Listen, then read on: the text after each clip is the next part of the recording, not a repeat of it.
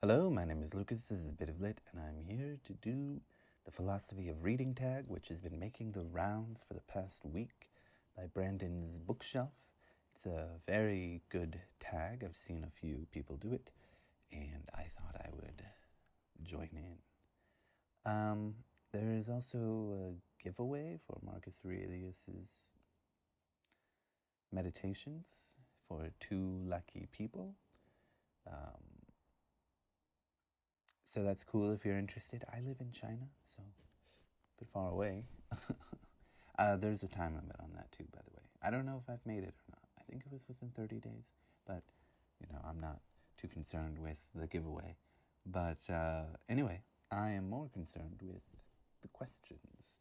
Number one, what's most important? A good character, plot, or message? For me, it's got to be number one, character. Number two, plot. There is no number three.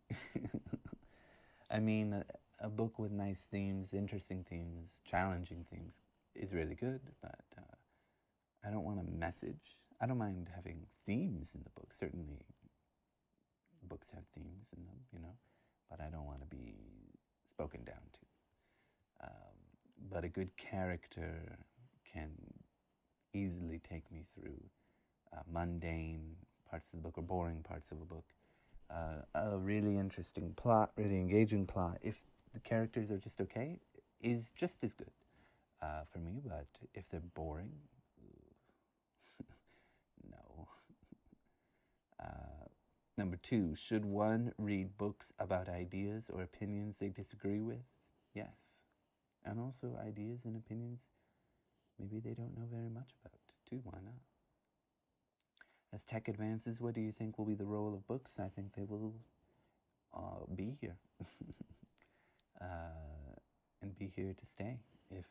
If for some reason not as a physical form, which I think will still happen, then digital. I mean, if we're looking at a sort of Star Trek kind of future, they've got all the books in the computer, right?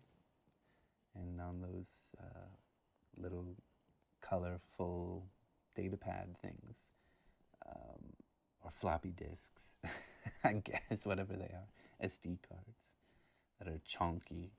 Number four, how important are summaries, reviews, and art in your book choosing? Uh, actually, summaries, I guess if I'm reading the back of a book, that is the summary in a way. I'll check that out. That will be very helpful to me to see if I'm interested in reading it. I like to read the back of the book. In fact, I always tell my students, if you're looking for books and you're not sure what to get, you're just looking at the spines of them on the bookshelves, take one out that has an interesting title, look at the back, or open the cover to see the, open flap or whatever to see if it's a hardback. See the description of the book. If that sounds interesting to you, take it. Reviews, yeah, I will read some reviews or watch some booktube videos to see what people are saying about some books. But I tend to just do my own thing and pick books anyway. But if it's a classic and maybe I see a booktuber I really enjoy tackling it, then that might motivate me to pick that up much sooner than maybe I had expected to, or pick it up again. And art, well, for example, I have this nice collection of Stories of Your Life and Others, or Arrival, as it's now called because of the motion picture. This is perfectly fine. It's just a picture from the movie.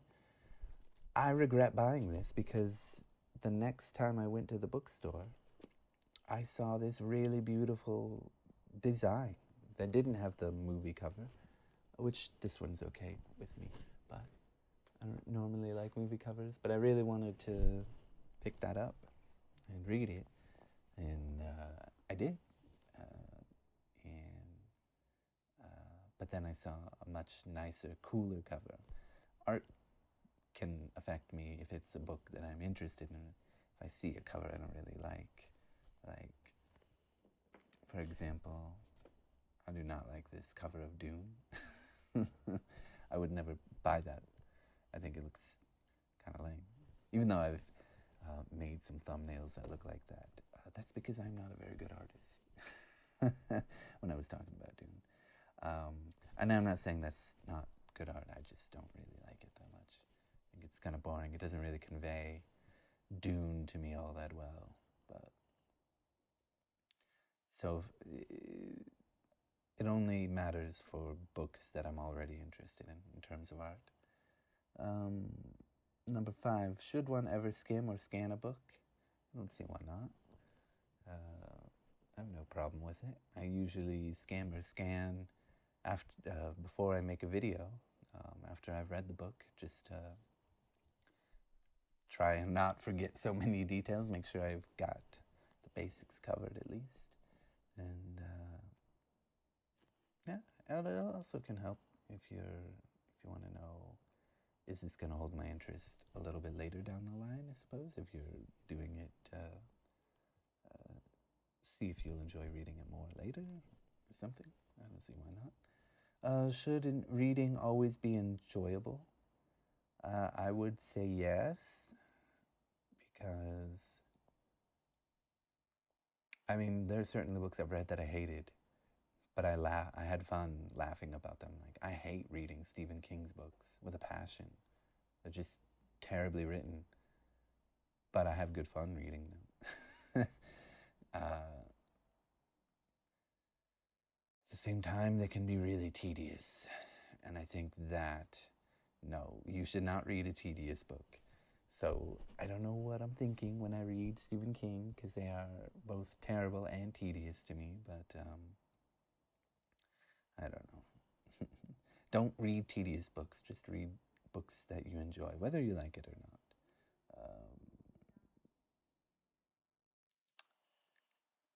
Let's see, where are we? Number 7, is it important to be well read? This is where I come into trouble by not preparing answers.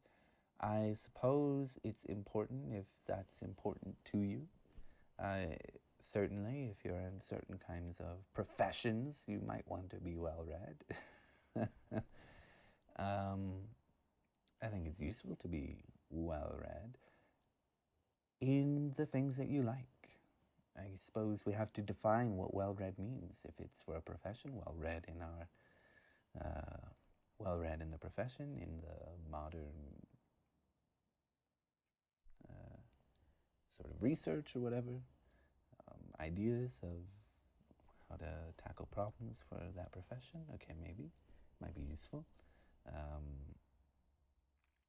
Certainly would be useful. Well-read as in a lot of breadth and variety. Maybe, when you're really open-minded, get to experience more things, get to learn about new things, get to read all different kinds of fiction, I suppose. Well-read as in reading the Western canon, if that's important to you. Yeah, sure, why not? I don't think it's so important to read all of the Western canon, although it is canonized for a reason, I suppose. It's not really important to me to be well read. I just like to read, and I read well. So, I don't know. I would say I'm well read, I suppose. I read a lot, but I don't know if that makes me well read. What is your book buying process? That looks nice. What is your reading process? I read in bed, I read on the way to work, I read in my spare time, and I only read one book at a time. Because I do not have the desire to, I've done it a few times this year actually, I do not have the desire to read 2 books at once. Not that I can't keep them separated in my mind or anything. I'd rather just continue on with one story. So yeah, I read one book at a time, wherever and whenever I can, because I really like to read. Number 10, how do you use what you read? Guess I make booktube videos about the books that I read. I talk about the books to a friend of mine if they're really good and I want to recommend them, even though that person is also on booktube because of me.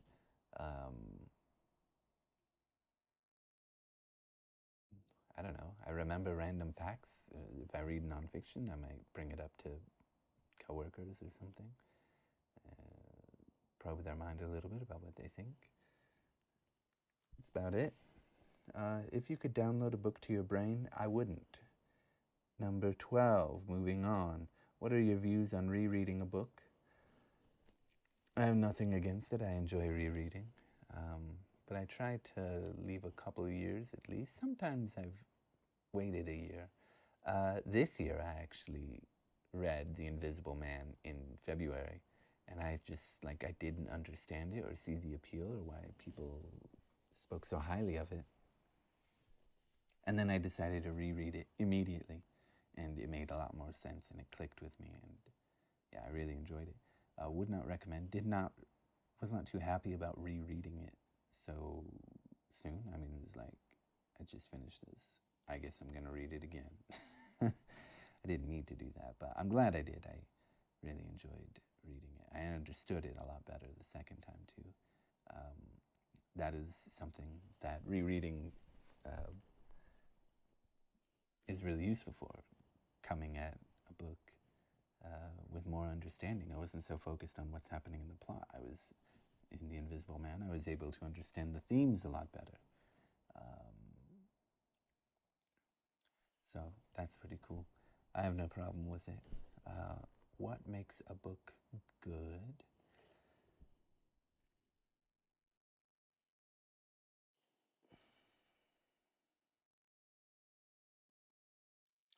I suppose if it's sincere, yeah, and heartfelt and touching and all that, moving. Yeah, for me, if a book really moves me or shocks me in some kind of way, not in a grotesque sort of way, but really like, whoa, triggers something in my mind, then I really enjoy it. And if I feel like the author really, means it and engages with the reader on an equal level and doesn't look down on them, then I really will enjoy the book a lot. I think it's good. If the rest, the execution is pretty good, I guess. What makes a book bad? Arrogance. I despise arrogance, and there are a number of authors that are really popular on BookTube that are on the trash list for me, to put it politely. You know who you are, Kurt Vonnegut. Oh, I said it out loud, didn't I? Okay, well, that's all right. William Faulkner. Oh, no, I said more, didn't I? Okay, James Joyce. Yeah, that's right. He's the only one who definitely belongs on there 100%, although I would say all three of them drive me up the wall, because they're all really arrogant in the writing, and I hate them for it. But that's like, tiers of hatred. Kurt Vonnegut I hate the least out of them, and maybe William Faulkner, and then somewhere down in the depths of hell is where James Joyce has usurped Satan as the prime force of evil in this universe. Anyway. Where was I? Number 15. Oh, what makes a book bad? If it was written by James Joyce, or inspired by James Joyce in any way. That's another one. Man is evil incarnate. How do you feel about not finishing a book? I read yeah, I will stop, and I won't feel bad about quitting. But I tend to read books to the end, and I'll just, that was okay. Um, if it's really, really boring and difficult, it makes me think, ugh, I do not want to read this. I'll just stop. I'll realize it's not worth it. Not even to make a booktube video. It's not that important. So I will skip if I want to, but I tend not to. Should the author's personal life matter at all? I don't think so. It certainly, culturally speaking, seems to matter a great deal to a number of people. But I don't think it should really matter. Certainly there are some authors who have come out and done some things that I said some things that I strongly disagree with. And I still had some appreciation for their books, but upon further reflection realized that maybe some other mean-spiritedness actually is in those books that I did enjoy. And now I have no interest in these particular people. But, you know, I'm thinking of J.K. Rowling and N.K. Jemisin in particular. J.K. Rowling is a bit obvious. N.K. Jemisin, I really want to read her books, actually, but she always finds herself in some kind of Twitter controversy, and that's not going to stop me from reading her books eventually. But it sort of pushes them off to the side a little bit further. I will get to them eventually. I really want to read those books, but yeah, it's not going to stop me from reading her books. It's just going to slow me down, because there are lots of other books in the world that I want to read. So one day, but I don't think it should matter, even though N.K. Jemisin, like, always bullies people, man. It's not right, but that's okay. Mistakes happen, you know. But come on, man, all the time. Let's see. Number 17. If you could only read one genre for the rest of time, what would it be? I would say biography, because again, like I said, characters are most important to me, and biography, I mean, you get it all. You get history, biography, you get to learn about them, you get the interiority of someone, you get to learn about their personal life, you get to learn about the triumphs and their failures, and all this kind of stuff. And you have a really good biographer, you have a really amazing emotional journey and experience, and yeah, definitely biography. And there's so many interesting people that have existed or done some interesting things. So, you know, not everyone is interesting, I suppose, but there's lots of really cool people to read about. Or not cool people, but, you know, people that are important figures, and it's cool to learn about them. Number 18, do you ever read, even though I don't read a lot of biographies, I pick and choose when I want to, because they're usually very long, but yeah, I really enjoy biographies. Do you ever read a book without knowing anything about it? Quite often. I will just pick a book. That one looks good. For example, whoa! For example, why did I pick that one up? Hold Up the Sky by Cixin Liu, or Liu Cixin, is a bunch of short stories. I haven't read anything about it. I just know that he's, I don't know anything about any of the stories in here. I just know that there's some, I just know the author, basically. Final Witness, again, here, okay. Jian Zhongshu. Actually, I've heard a little bit about this. I've heard it's a satire. So I do know something about it, but it's a Chinese satire. And this one, Final Witness, Volume 1, the story of Song Tzu, China's first crime scene investigator. That's literally all I knew about it, and I bought it. There's a second one. So yeah, sometimes I do that. Like I said before, I read the back of it. 13th century Song China, integrity is at a premium.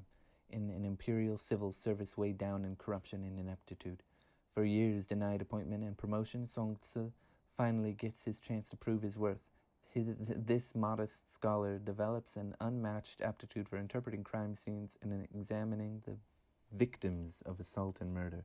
In a world of great ancient beauty and danger, follow Song Tzu on his journey as he hones his expertise and solves the most challenging cases with skill and ingenuity. Draws on these experiences to write the world's first textbook on crime scene investigation, the washing away of wrongs. Sounds pretty interesting to me. Anyway, so yes. Number 19, what author, genre, series, or culture can you just not get into? Why? James Joyce, okay? James Joyce. I'm not getting any louder, even though I'm getting closer to the phone, because it's down here. Do you understand, James Joyce? You are a force of evil that is impossible to reckon with. You are... You can't watch this. You're dead. Reigning supreme in hell. I don't understand it. I don't mind Dubliners, but anything past Dubliners is torturous, vile, and I'm pretty sure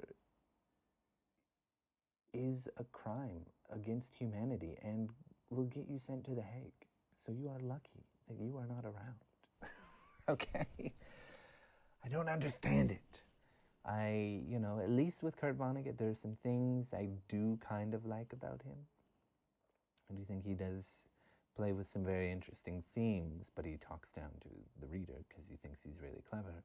And, I think William Faulkner in some way does the same. Maybe he doesn't talk down to the reader, but he certainly likes to show off how smart he thinks he is. It drives me insane. But his characters are very good. So, that's his saving grace for me. Kurt Vonnegut, not very interesting characters for me. Just some cool ideas.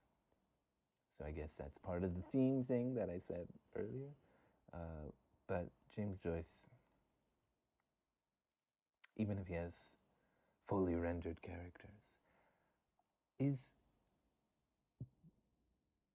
unbelievably arrogant.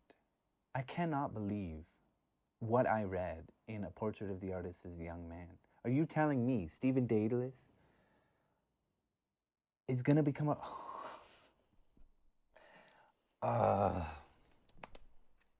I need to forget that book when I'm an older person and having health problems, because I'm sure that my heart will give out, because it just fills me with so much rage. I hate that book with a passion. I refuse to acknowledge its existence beyond booktube videos. As soon as it pops into my head,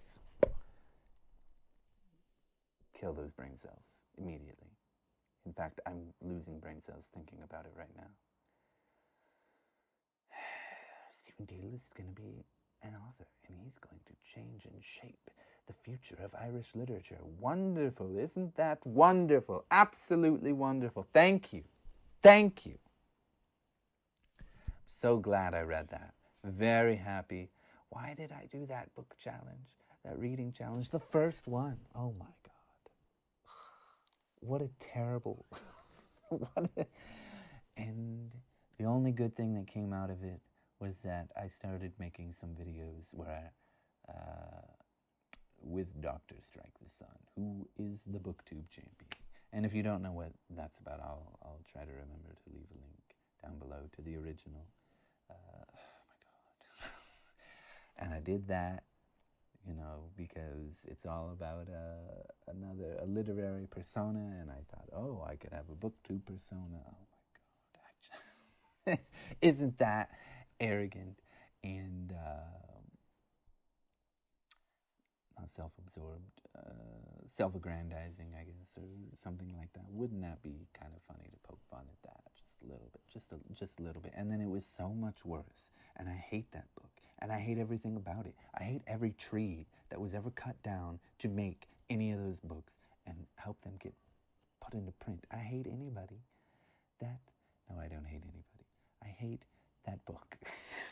I hate anybody that thought this was a good idea to publish. Let's do that. Let's give James Joyce money for this, okay? Yeah. And I hate James Joyce.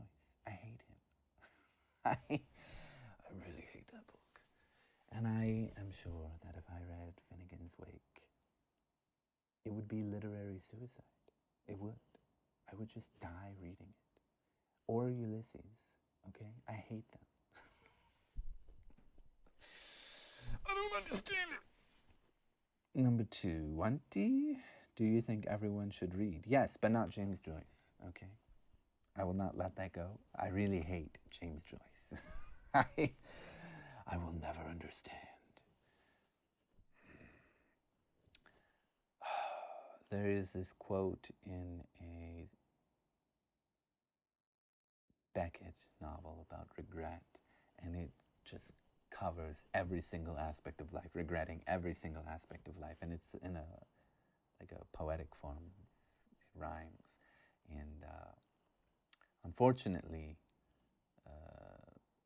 Samuel Beckett did not put a line in to say, "I regret reading A Portrait of the Artist as a Young Man," or anything at all ever written by James Joyce. But had he done that, probably it was cut by the editor, who was a big fan of James Joyce. I'm positive that's what happened, because anybody in their right mind who's read anything by him.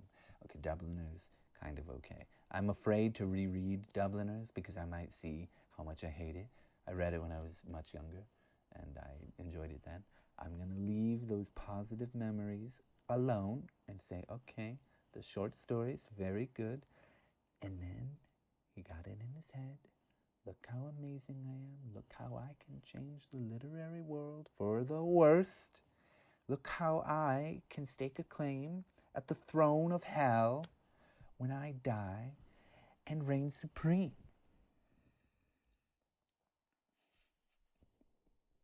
What are we talking about again? I don't know. Thank you. Goodbye.